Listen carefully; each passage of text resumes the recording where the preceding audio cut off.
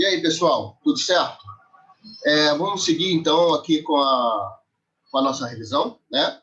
Hoje a gente vai falar de expansão marítima, absolutismo, renascimento e reforma. Vamos relembrar, então, pontos cruciais dessas matérias que foram estudadas ano passado por vocês aí. Vamos começar a falar sobre a formação do absolutismo político. Né? O absolutismo ele tem a sua origem ali no finalzinho, né, da Idade Média, quando a gente começa a perceber uma centralização de poderes na figura do rei, né, o fortalecimento da monarquia nacional, né, na transição ali da Idade Média para a Idade Moderna. No decorrer da Idade Moderna, a gente tem, então, de fato, a concentração de poderes na figura do monarca. O monarca ele passa a ser um senhor absolutista. Ele concentra, ele tem o exército, ele é o executivo, né? Ele cria as leis, ele julga as leis. Então, a gente tem aí, de fato, um rei, né, dominando todos os âmbitos da sociedade. Por isso, a gente fala de poder absolutista. Beleza? Então, o absolutismo vai ser a concentração de poderes na figura do rei. E a gente, quando estava falando sobre absolutismo, a gente falou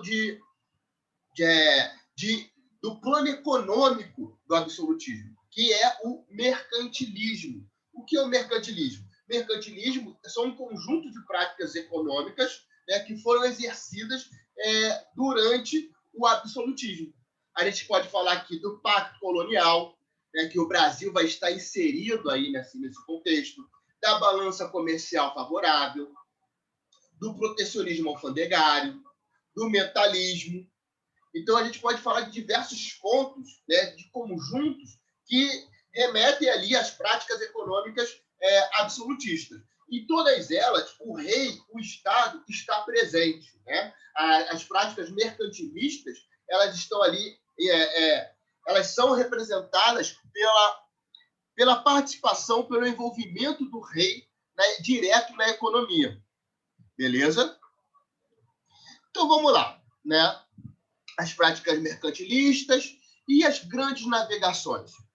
Vale lembrar que Portugal foi o primeiro país a surgir, né? A primeira monarquia nacional, que reuniu condições aí antes dos outros países. Né? A outra monarquia nacional que vai surgir vai ser a Espanha, no século XV. Portugal surge no século XIII. E Portugal pôde fazer isso por quê? Porque conseguiu concentrar os poderes na figura de um monarca, expulsou ali os muçulmanos, né, os sarracenos que ocupavam a região na Península Ibérica, tinha uma burguesia enriquecida com um mercado marítimo. Portugal vai ter uma posição geográfica favorável, com um pedacinho no Mar Mediterrâneo e outro pedacinho no Oceano Atlântico, que passa a ser quase uma rota obrigatória de abastecimento para navios, né, embarcações que vinham à Itália buscar as especiarias provenientes do Oriente. Né? A gente está falando Oriente, a gente fala Índia e China, basicamente. Né?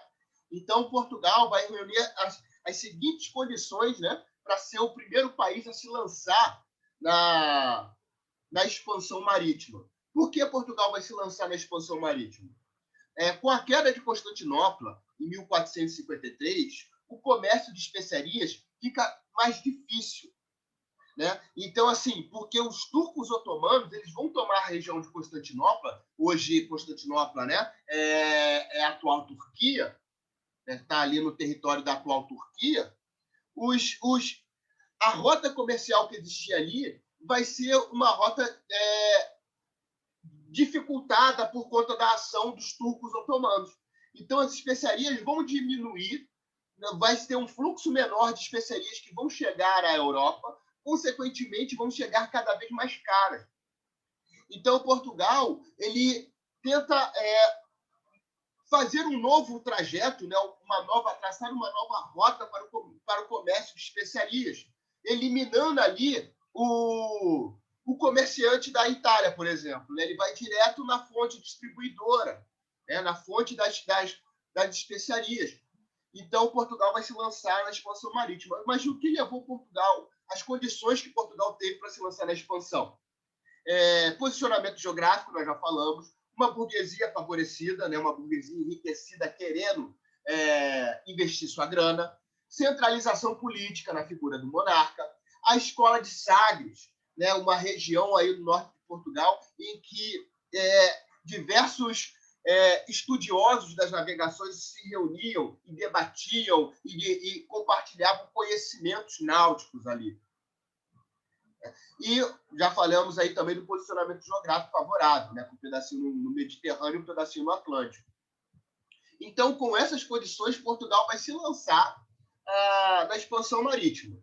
O caminho que Portugal vai fazer, né, vai ser ali do périplo africano, né, o contorno da costa da África. Vai demorar bastante tempo, né, esse périplo, mas a primeira viagem que Portugal consegue chegar às Índias, né, o Vasco da Gama chega às Índias, o lucro obtido é cerca de 600%. Olha só como que vale, né?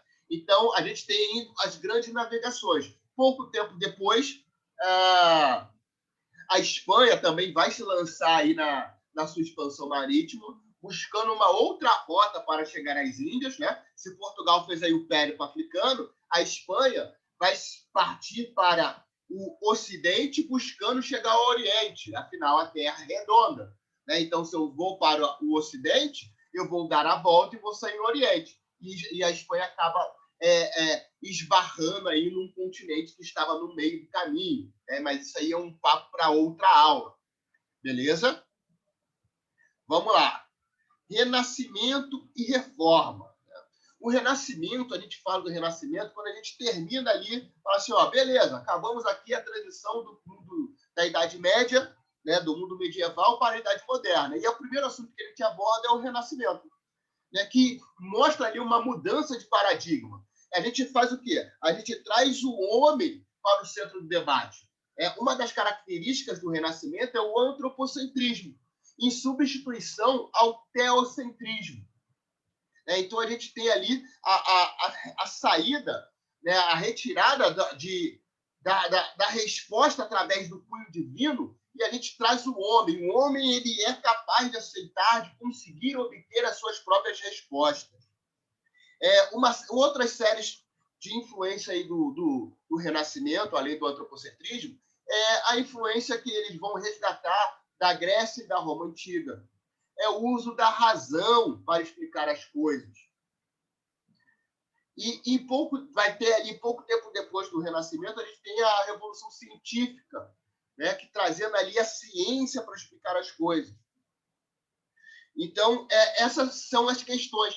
O Renascimento, a gente sempre destaca o Renascimento italiano, por conta do fluxo de comércio, por conta da circulação de grana mesmo, de pessoas também, que vai explodir, né, os debates e o conhecimento na Itália. Tanto que quando a gente fala em Renascimento, a gente pensa aí no Rafael Sanzio, Leonardo da Vinci, Michelangelo, Donatello, mas lembrando que o Renascimento vai se espalhar por outras regiões da Europa, como a Inglaterra, a gente pode falar de Shakespeare, né, da Espanha, que a gente tem o Miguel de Cervantes, em Portugal, né? Então a gente tem o Renascimento em diversos lugares da Europa, mas a gente sempre acaba destacando o italiano por conta da configuração que rola ali na Itália. Beleza? E no meio da expansão, no meio aí do Renascimento, né, tudo acontecendo ali muito próximo, a gente tem a chamada Reforma Protestante, que foi o quê? Martinho Lutero, um monge da Igreja Católica, ele começa a apontar defeitos, né? E, digamos assim, que não batiam de acordo com a postura que o religioso deveria ter.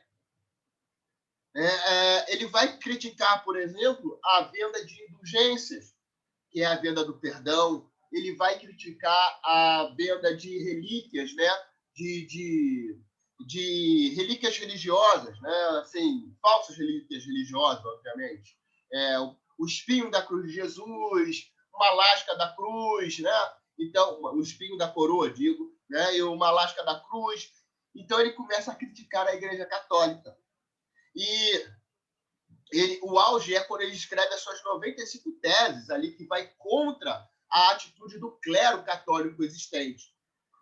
Ele é convocado a pedir desculpas, ele não retira suas acusações e acaba sendo excomungado da Igreja Católica, ou seja, ele acaba sendo expulso da Igreja Católica e recebe apoio, né, de nobres da região da atual Alemanha, porque esses nobres eles também estavam de olho nas terras da Igreja.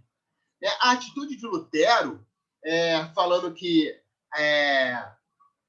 apenas a fé era responsável pela salvação, em contrapartida a Igreja Católica falava que a fé e as boas ações, né?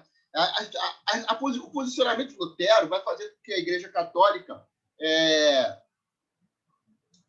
rompa, né, com Lutero, e as ideias de Lutero vão influenciar outros reformadores, como, por exemplo, Calvino. O calvinismo ele vai ser muito bem aceito pela burguesia. Por quê? A Igreja Católica condenava o lucro. Ela falava que os produtos deveriam ser vendidos conforme o preço justo. O que era o preço justo?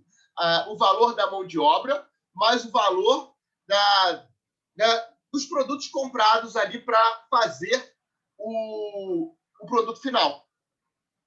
Mas a burguesia ela vive do lucro. Então, a partir do momento que aparece um reformador falando que o lucro ele é uma bênção, a galera vai migrar para esse tipo de pensamento. O calvinismo vai ter grande adesão entre os burgueses. Na Inglaterra surge uma outra igreja, né? A Igreja Anglicana.